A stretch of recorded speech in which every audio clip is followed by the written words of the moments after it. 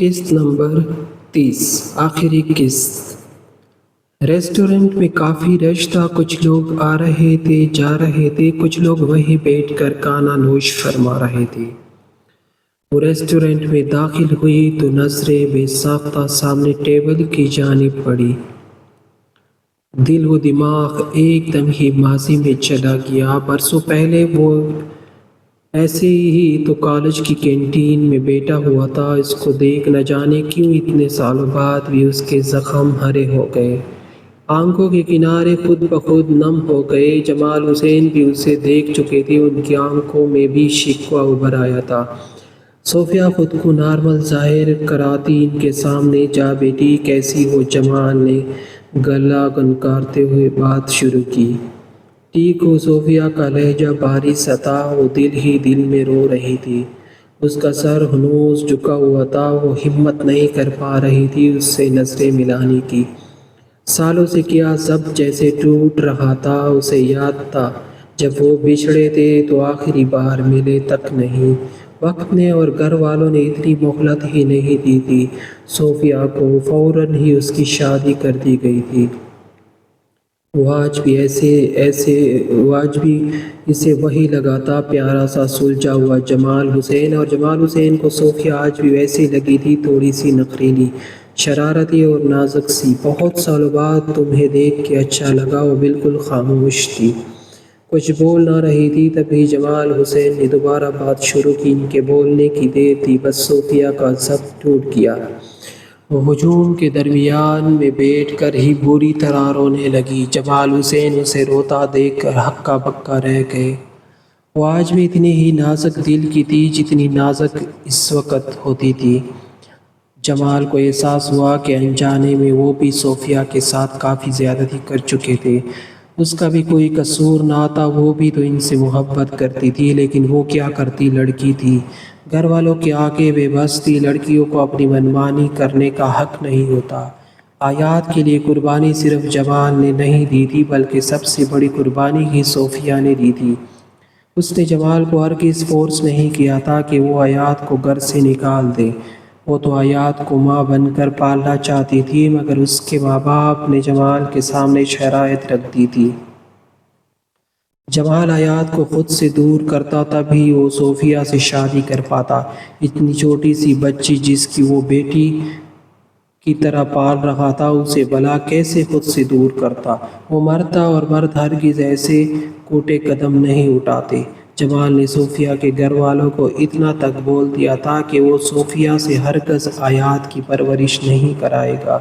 وہ آیات کے لیے الگ سے کیئر ٹیکر بھی رکھنے کو تیار تھے، مگر شاید صوفیہ کے گھر والے کسی بہانے کی تلاش میں ہی تھے۔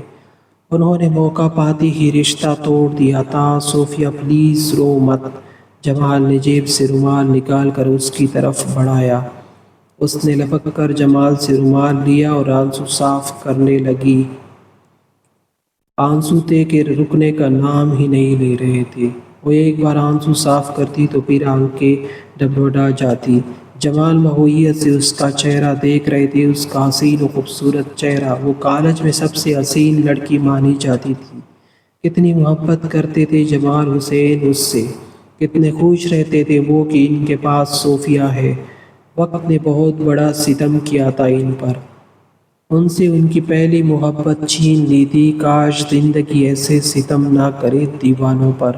کچھ دیر رونے کے بعد بالآخر وہ چپ ہوئی تھی، آنکھیں اور ناک بالکل سرخ پڑ گئے تھے۔ جمال تم کیوں چھوڑ گئے تھے مجھے؟ وہ شکوہ کی نظروں سے اسے دیکھنے لگی۔ میں کہاں، تم چھوڑ کر گئی تھی مجھے؟ جمال نے مسکرا کے تعصب سے جواب دیا، میں نے تو تمہیں کہا تھا ہم چھپ کر نکاح کر لیتے ہیں۔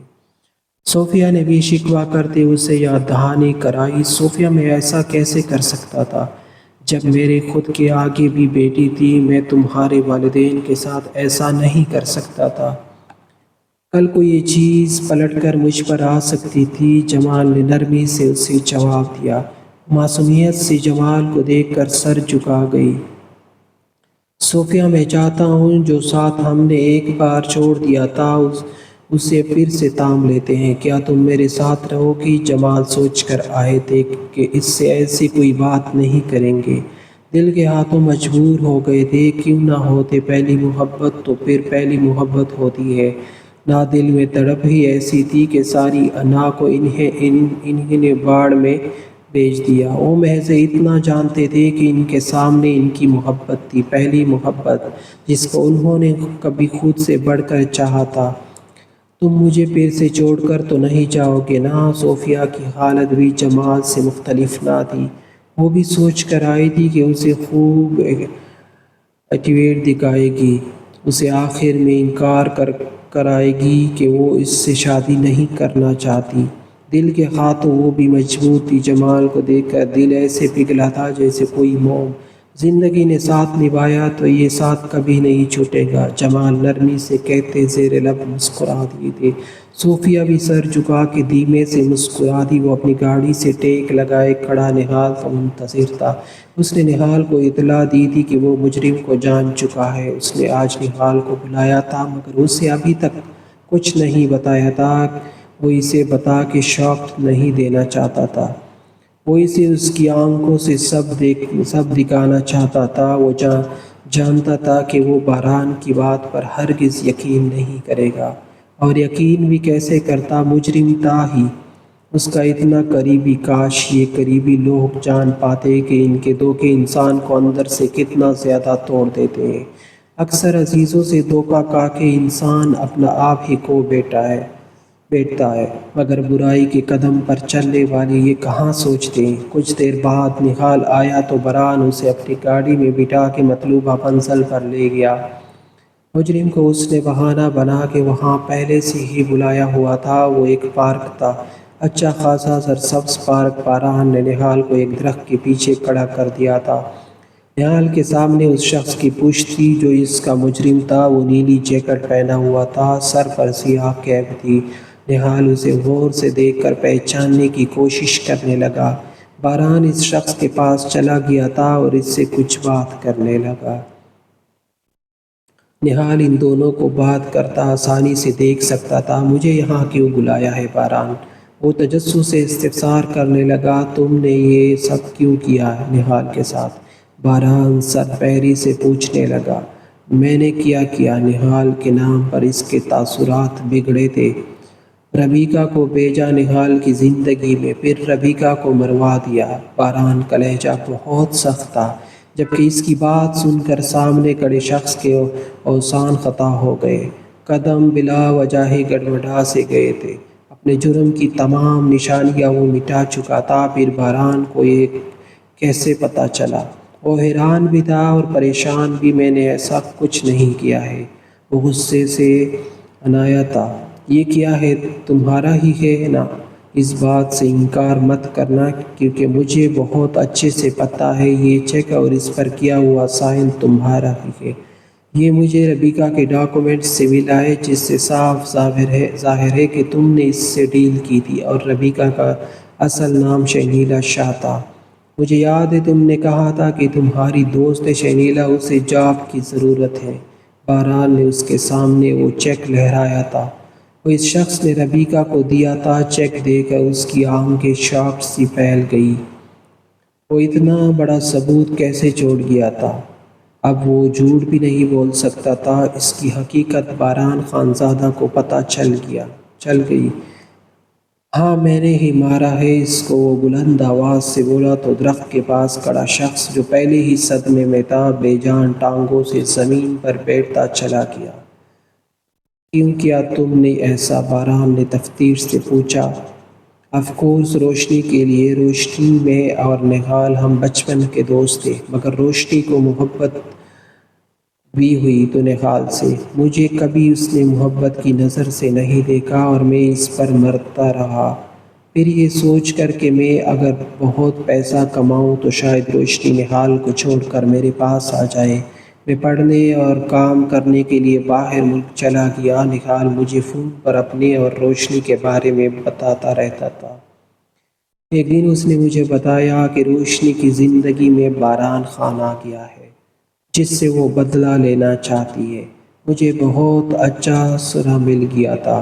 نہال کا دل روشنی کی طرف سے خراب کرنے کے لیے میں نے اسے سمجھانا شروع کر دیا کہ روشنی کبھی بھی باران کے ساتھ چلی جائے گی اسے چھوڑ کر، لیکن وہ بہت ڈھیٹ تھا، میری باتوں میں نہیں آیا۔ پھر میں نے شہنیلا اور ربیکہ سے بات کی اور اسے نہال کے آفس بھیج دیا۔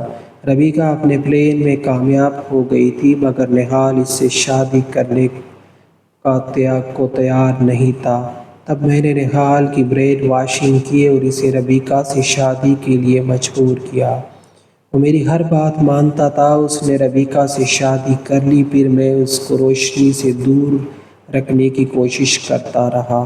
روشنی نہال کو چھوڑ کر تمہارے پاس نہ چلی جائے، اس لیے میں تمہارے آفس بطور بزنس پارٹنر آ گیا۔ تمہارا رجحان اب روشنی کی طرف بالکل نہیں تھا۔ یہ دیکھ کر مجھے بہت خوشی ہوئی۔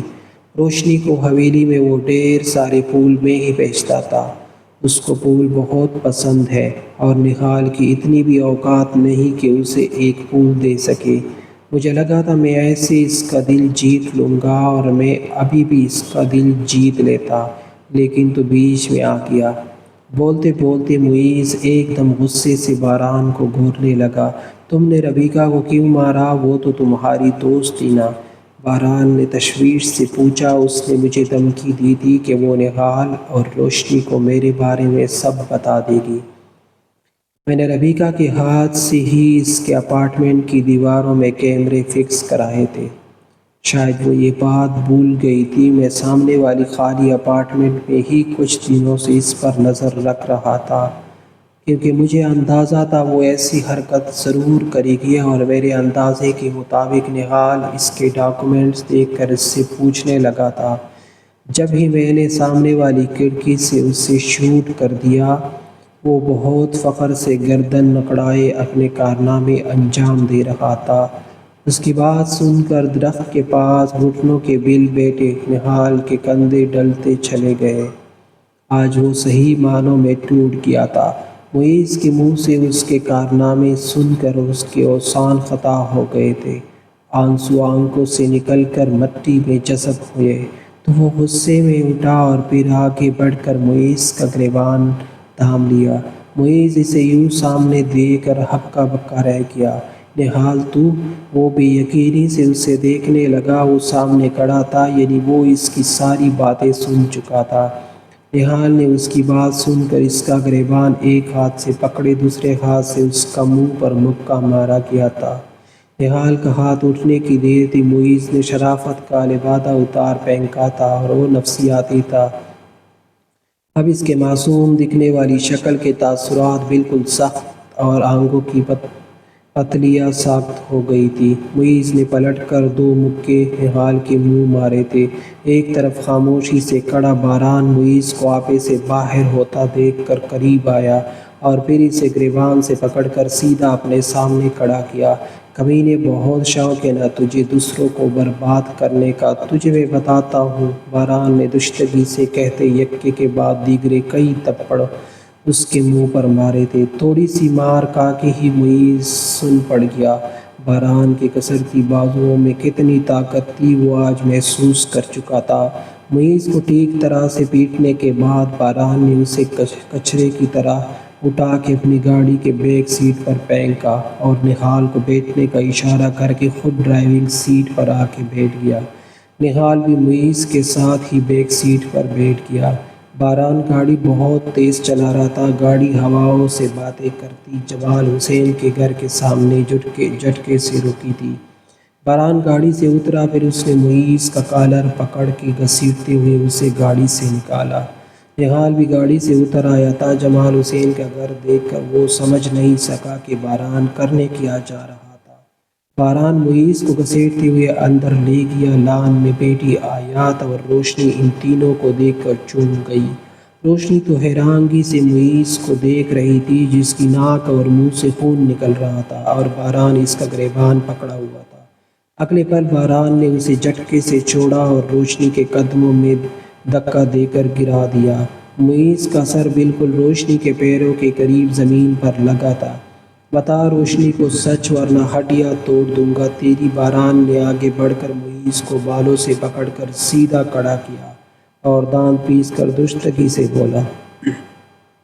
معیز روشنی کو ساری حقیقت بتا چکا تھا۔ روشنی بھی اس کی اصلیت جان کر سسکتے میں رہ گئی۔ باران نے پولیس کو بلا لیا تھا اور پولیس معیز کو لے جا چکی تھی۔ اتفاق سے آج جمال حسین گھر میں نہیں تھے۔ معیز کے جانے کے بعد نہال روشنی کے پاس چلا آیا۔ مساکت و جامد کڑی تھی۔ روشنی مجھے معاف کر دو، مجھ سے غلطی ہو گئی۔ کیا ہم پھر سے ایک نہیں ہو سکتے؟ نہال اس کے سامنے کھڑا شرمندگی سے سر جھکائے پوچھ رہا تھا۔ معاف کر سکتی ہو مگر تمہارے ساتھ رہ نہیں سکتی۔ آج تم معیز کے کہنے پر مجھے چھوڑ کر چلے گئے تھے، کل کو پھر کسی ہمدرد کے کہنے پر مجھے چھوڑ دو گے اور دوسری شادی بھی کر لو گے، اور اس شادی میں تمہارا بچہ وہ ضبط سے کہتی درمیان میں رک گئی۔ شاید اس کا ضبط ٹوٹ رہا تھا۔ اس کے چہرے کے تاثرات بہت سخت تھے۔ روشنی میں مر جاؤں گا تمہارے بغیر، مجھے معاف کر دو پلیز۔ مجھے خود نہیں سمجھ آیا کہ میں کیا کر رہا ہوں۔ ربیکہ اور معیز نے مل کر مجھے بیوقوف بنایا تھا۔ میں تمہیں نہیں کھونا چاہتا تھا، تب ہی میں نے ربیکہ سے شادی کی تاکہ وہ تمہیں وہ تصاویر نہ دکھا دے۔ نہال اس کے قدموں میں بیٹھا، نہ